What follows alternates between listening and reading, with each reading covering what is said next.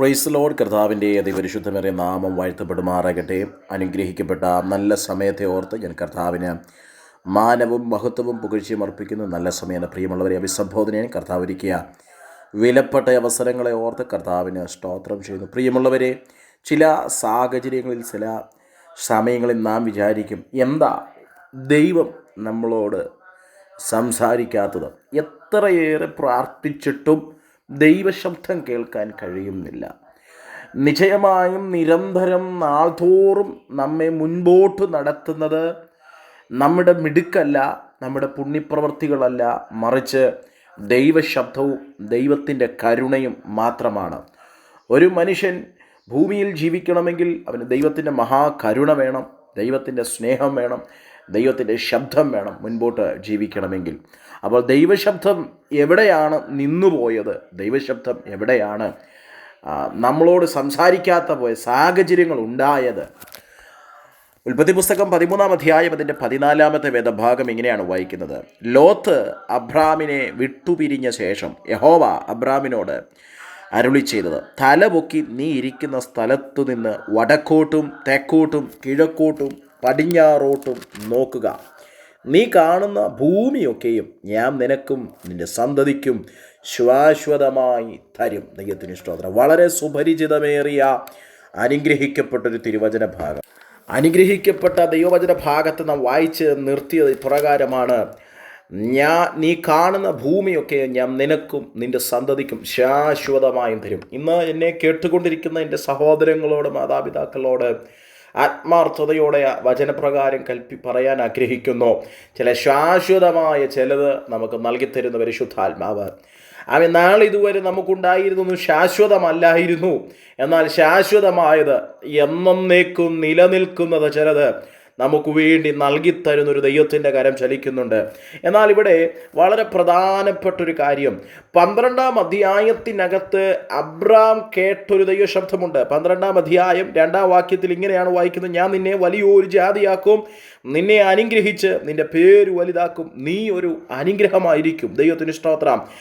2-ാം അധ്യായത്തിൽ പറഞ്ഞ ശബ്ദം അല്ലെങ്കിൽ കേട്ട ശബ്ദം, ആ 2-ാം അധ്യായം ഇറങ്ങിത്തിരിച്ചതിന് ശേഷം അബ്രാമിന് കേൾക്കാൻ കഴിയുന്നില്ല. ദൈവത്തിന് സ്തോത്രം. എന്നാൽ അബ്രാം ദൈവശബ്ദം വീണ്ടും കേട്ടത് എന്തൊക്കെയോ വിട്ടുകളയേണ്ടതിനെ വിട്ടുകളഞ്ഞപ്പോൾ, ഉപേക്ഷിക്കേണ്ടതിനെ ഉപേക്ഷിച്ച് കളഞ്ഞപ്പോൾ, മാറ്റി നിർത്തേണ്ടതിനെ മാറ്റി നിർത്തിയപ്പോൾ ദൈവശബ്ദം അവനോട് സംസാരിക്കാൻ തുടങ്ങി. പ്രിയപ്പെട്ടവരെ, ദൈവശബ്ദത്തിനെതിരായി നമ്മുടെ ജീവിതത്തിൽ എഴുന്നേറ്റു നിൽക്കുന്ന ജീവിതത്തിലുള്ള ചില ബന്ധങ്ങൾ, ചില സ്വഭാവ വൈകല്യങ്ങൾ എല്ലാം മുറിച്ചു കളയുവാൻ, എടുത്തു കളയാൻ പരിശുദ്ധാത്മാവ് വചനത്തിലൂടെ ഓർമ്മിപ്പിക്കുകയാണ്. ദൈവത്തിന് സ്തോത്രം. എന്തേ? ചില ബന്ധങ്ങൾ ദൈവവുമായിട്ട് അകറ്റി നിർത്തുന്നതാണെങ്കിൽ, ചില ബന്ധങ്ങൾ ദൈവസ്നേഹത്തിലേക്ക് കയറാൻ കഴിയാതെ, ദൈവശബ്ദം കേൾക്കാൻ കഴിയാതെ നമ്മെ അകറ്റി നിർത്തുന്നതാണെങ്കിൽ, ഇന്നു പകൽക്കാലം ദൈവത്തിൻ്റെ വചനത്തെ അടിയുറച്ച് വിശ്വസിച്ച് ആ ദൈവശബ്ദത്തിനു വേണ്ടി നാം ഒന്ന് പാകപ്പെടുവാനിടയായിത്തീരണം. ദൈവത്തിന് സ്തോത്രം ചെയ്യുന്നു. ഇവിടെ വായിച്ചു കേട്ടത് ലോത്ത് അബ്രാമിനെ വിട്ടുപിരിഞ്ഞ ശേഷം. അപ്പോൾ ലോത്തായിരുന്നു അബ്രാമും ദൈവവുമായിട്ടുള്ള ബന്ധത്തിന് ഇടയിൽ ബന്ധത്തെ ഇല്ലായ്മ ചെയ്യുന്ന, അല്ലെങ്കിൽ ബന്ധത്തിന് കോട്ടം വരുത്തുന്നത് എന്തോ ലോത്തായിരുന്നു എന്ന് നമുക്ക് മനസ്സിലാക്കാൻ കഴിയും. എന്താ ലോത്ത് എന്ന മനുഷ്യൻ്റെ പ്രത്യേകത? അവൻ ലോക സ്നേഹം വെച്ചു പുലർത്തുന്നവനായിരുന്നു. അവൻ്റെ പ്രത്യേകത എന്ന് പറഞ്ഞാൽ സ്തോത്രം, നാളുകളെക്കുറിച്ച് ഭാരപ്പെട്ട, അല്ലെങ്കിൽ നാളുകളെക്കുറിച്ച് വെട്ടിപ്പിടിക്കാൻ, എന്തെങ്കിലും സമ്പാദിച്ചു കൂട്ടാൻ സ്തോത്രം നീരോട്ടമുള്ള സ്ഥലങ്ങളിലേക്ക് കണ്ണുപോകുന്ന, സമ്പാദ്യങ്ങളുടെ പുറകെ ഓടുന്ന ഒരു രീതിയുള്ള ഒരു മനുഷ്യനായിരുന്നു ലോത്തെന്ന് നമുക്ക് വചനം പഠിക്കുമ്പോൾ കാണാൻ കഴിയും. ദൈവത്തിന് സ്തോത്രം ചെയ്യുന്നു. അതുകൊണ്ടാണ് ലോത്തിനെ ദൈവവചനം സ്തോത്രം ഇങ്ങനെ പറയുന്നത്: വലഞ്ഞു പോയ നീതിമാൻ. നീതിമാനായിരുന്നു ലോത്ത്, പക്ഷെങ്കിൽ വലഞ്ഞുപോയി എന്നാണ് പറയുന്നത്. പ്രിയപ്പെട്ടവരെ, ചില ലോകസ്നേഹങ്ങളിൽ നിന്ന് നിന്ന് നാം വേർവിട്ടെങ്കിൽ മാത്രമേ, ലോകത്തിൻ്റെ ഇമ്പങ്ങളിൽ നിന്ന് നാം വേർപെട്ടെങ്കിൽ മാത്രമേ ദൈവശബ്ദം കേൾക്കുവാൻ ഇടയാകത്തുള്ളൂ എന്ന് വചനം നമ്മെ പഠിപ്പിക്കുന്നു. കർത്താവിന് സ്തോത്രം. ചില ഉറവകൾ അടഞ്ഞുപോയത്, ചില ഇന്നലകളിൽ വന്ന ചില ഉറവകൾ അടച്ചു കളഞ്ഞതിൻ്റെ പിന്നിൽ ചില ലോകസ്നേഹങ്ങൾ നമ്മുടെ അകത്തു കയറിപ്പോയതിൻ്റെ സ്തോത്രം സാരമാണെന്ന് ഇന്ന് പകൽ ദൈവവചനത്തിലൂടെ നാം മനസ്സിലാക്കുവാനിടയായി തീരണം. ദൈവത്തിന് സ്തോത്രം. അതാണ് തൊട്ട് മുൻപേയുള്ള വാക്യങ്ങൾ 10-ാമത്തെ വേദഭാഗം അങ്ങനെയാണ് വായിക്കുന്നത്. അപ്പോൾ ലോത്ത് നോക്കി യോർദാൻ അരികെയുള്ള പ്രദേശമൊക്കെയും നീരോട്ടമുള്ളതെന്ന് കണ്ടു. യഹോവ സോദോമിനെയും ഗോമരയും നശിപ്പിച്ചതിന് മുമ്പേ അത് യഹോവയുടെ തോട്ടം പോലെയും സേവാർ വരെ മിസ്രൈം ദേശം പോലെയും ആയിരുന്നു. അപ്പോൾ നീരോട്ടമുള്ള ദേശത്തേക്ക് ലോത്തിൻ്റെ കണ്ണുപോയപ്പോൾ, ഒടക്കിയപ്പോൾ സ്തോത്രം ദൈവശബ്ദം എന്താണ്?